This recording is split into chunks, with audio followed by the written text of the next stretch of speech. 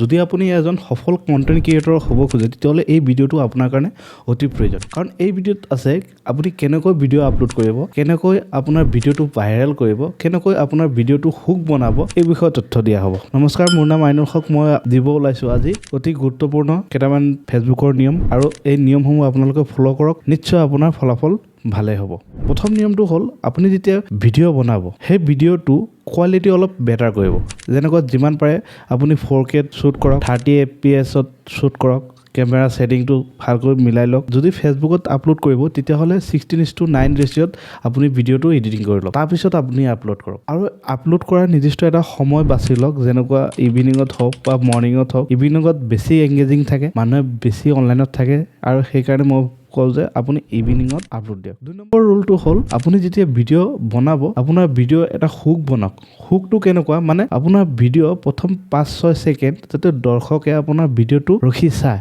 বা স্ক্ৰল নকৰে ফলত কি হ'ব যদি আপুনি 20 ছেকেণ্ডত ভিডিঅ' বনাইছে 5 ছেকেণ্ড যদি চোৱাৰ পিছত সেই ভিডিঅ'টো যদি ভাল লাগে তেতিয়াহ'লে আৰু অলপ চাব তাৰ ফলত সেই ভিডিঅ'টো যেতিয়া ফেচবুকত ৰান কৰিব তেতিয়া সেই ভিডিঅ'টো ফেচবুকৰ এলগৰিথমে ভাবিব এই ভিডিঅ'টোত নিশ্চয় কিবা এটা আছে তেতিয়াহ'লে সেই অডিয়েন্সৰ ওচৰলৈ যাব আৰু অডিয়েন্সৰ ওচৰত গ'লেহে আপোনাৰ ভিডিঅ'টো ভিউজ আহিব বা এড আহিব 3 নম্বৰ নিয়মটো হ'ল আপুনি যেতিয়া ভিডিঅ' আপলোড কৰিব এটা ভাল থাম্বনেইল ইউজ কৰক কাৰণ ভাল থাম্বনেইল যিখিনি ইম্পৰ্টেণ্ট কথা অলপ ইংগিত আকাৰে লিখি দিব পাৰে বা হাইলাইট কৰি দিব পাৰে আৰু সেইমতে ফটো ইউজ কৰিব পাৰে যিমান মানে আকৰ্ষণ হ'ব মানে চকুত দেখাৰ লগে লগে যাতে সেইটো মানুহে ক্লিক কৰিব খোজে এনেকুৱা ধৰণৰ থাম্বনেইল আপোনালোকে বনাওক বা বনোৱা শিকক যিমানখিনি কষ্ট আপুনি ভিডিঅ'ত কৰিব সিমানখিনি কষ্ট আপুনি থাম্বনেইলত দিয়ক আৰু লগতে আৰু এটা কথা কৈ দিছো আপুনি যেতিয়া ভিডিঅ' আপলোড কৰিব লগতে ইম্পৰ্টেন্স হ'ল তাৰ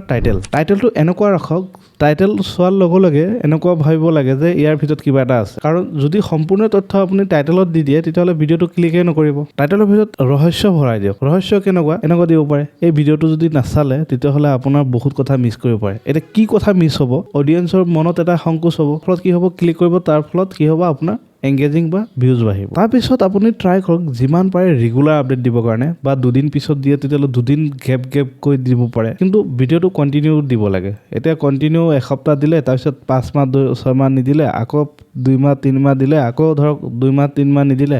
এনেকুৱা ধৰণৰ ভিডিঅ' দিলে কোনো ধৰণৰ ফলাফল নাপাব লাগিলে এসপ্তাহৰ মূৰত এটাই দিয়ক কণ্টিনিউ দিয়ক ৰেগুলাৰ আপডেট দি থাকে বা কোনো এটা নিৰ্দিষ্ট সময় মূৰে যদি ভিডিঅ' আপলোড দি থাকে তেতিয়াহ'লে সেই ভিডিঅ'টোত অতি সোনকালে এংগেজিং কৰে বা অডিয়েন্সৰ কাষলৈ পঠায় আৰু অডিয়েন্সৰ কাষলৈ যোৱা মানে কি আপোনাৰ ভিউজ অহা গতিকে যদি ভিডিঅ'টো ভাল লাগে অৱশ্যই লাইক কৰিব শ্বেয়াৰ কৰিব লগতে কমেণ্ট কৰিব আৰু এনেকুৱা ধৰণৰ টিপ পাবৰ কাৰণে মোৰ চেনেলটো ছাবস্ক্ৰাইব কৰিব আৰু ফেচবুকত দেখিছে যদি ফ'ল' কৰিব